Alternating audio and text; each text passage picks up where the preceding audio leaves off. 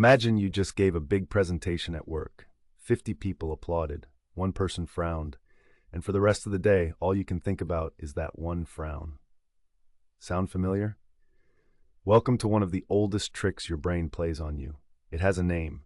Scientists call it negativity bias. And understanding it might just change the way you see everything. Let's go back, way, way back. About 2 million years ago, your ancestors were not sitting in offices. They were out on the open savanna, and the world was trying to kill them. Every single day was a survival puzzle. Is that rustle in the grass a breeze, or is it a lion? The ones who assumed breeze and were wrong died. The ones who assumed lion and were wrong just had a bad afternoon. So evolution made a very ruthless choice. It wired the human brain to pay more attention to threats than rewards. A brain that notices danger survives. A brain that only notices flowers gets eaten. And so here we are, 2 million years later, sitting in temperature-controlled rooms with refrigerators full of food, still running the same ancient threat detection software. The problem is, the threats have changed, but the brain has not gotten the memo. Your nervous system cannot fully tell the difference between a lion and a passive-aggressive email from your boss. Both trigger the same alarm bells. Both feel urgent. Both feel dangerous, and both pull your attention like a magnet. Neuroscientists have found that negative stimuli produce stronger and faster electrical responses in the brain than positive ones. Your brain literally processes bad news quicker than good news. Think about that. You are biologically built to receive criticism faster than compliments, to remember failures longer than victories, to feel pain more intensely than pleasure of the same magnitude. Psychologist Roy Baumeister summarized decades of research in just 4 words. Bad is stronger than good. A single insult can undo the emotional warmth of 5 compliments. One bad day can overshadow a week of good ones. Losing $20 feels roughly twice as bad as finding $20 feels good. This is not weakness. This is not pessimism. This is your ancient brain doing exactly what it was designed to do. But here's where it gets really interesting. Your brain does not just react to negative things. It actively goes looking for them. Scientists call this the Tetris effect of negativity. Once your brain is tuned to a threat frequency, it starts scanning the environment constantly, searching for problems, dangers, and reasons to worry. It is like having a smoke detector that goes off not just when there is fire, but whenever someone lights a candle, makes toast, or simply thinks about warmth. And the more you feed this pattern, the stronger it gets. Every time you ruminate on a negative thought, you are carving a deeper groove in your neural pathways. Neuroscientists say neurons that fire together wire together. Your brain literally builds infrastructure for negativity. It becomes more efficient at being miserable.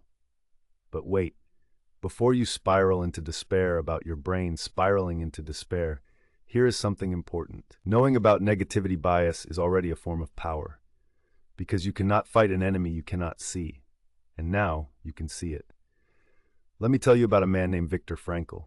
He was an Austrian psychiatrist who survived the Nazi concentration camps. He lost almost everything: his family, his freedom, his manuscripts, and in the darkest place imaginable, he made a discovery. He said, between stimulus and response there is a space, and in that space lies our freedom. He was describing, in human terms, what neuroscience would later confirm. The brain's negative reactions are automatic, but our interpretation of those reactions is not. We have a pause button. It is small, it takes practice to find, but it is there. So how do we actually use it? The first tool is called cognitive reframing. It does not mean pretending bad things are good. It means asking a different question.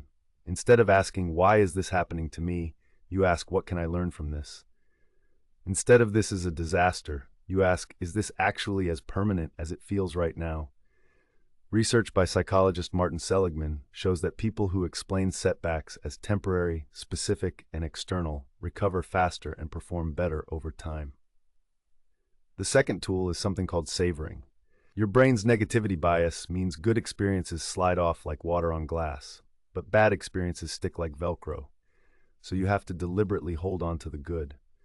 Neuroscientist Rick Hansen calls this taking in the good. When something positive happens, pause. Stay with it for at least 15 to 30 seconds. Let it sink in. You are literally rewiring your neural pathways in real time. The third tool is the power of naming. When you feel a wave of anxiety or dread, simply naming the emotion reduces its power. Brain scans show that when you say "I feel afraid" out loud, or even in your head, activity in the amygdala, your brain's alarm center, actually decreases. The act of labeling a feeling moves it from the emotional brain to the rational brain. You go from being inside the storm to watching it from a window. The fourth tool is perhaps the most counterintuitive. It is gratitude. Not the shallow, list 3 things before bed kind. The deep, deliberate kind where you actually sit with why something matters to you. Studies from UC Davis show that people who practice genuine gratitude have measurably lower cortisol levels, better sleep, and stronger immune systems. Gratitude does not deny the negative. It simply refuses to let the negative have the only vote. Now here is something nobody tells you.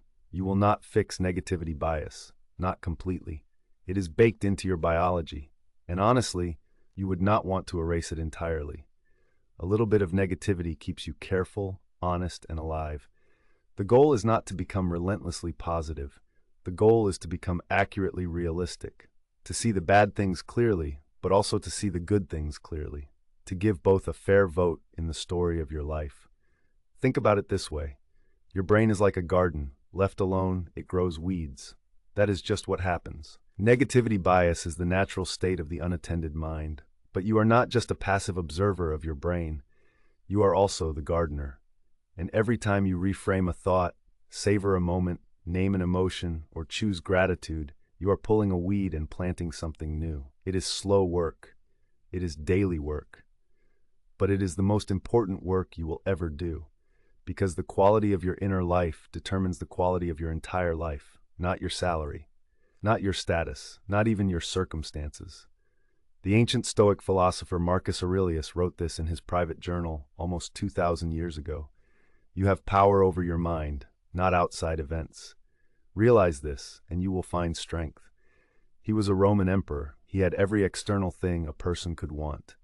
And he still had to remind himself every single day to tend to the garden of his own mind.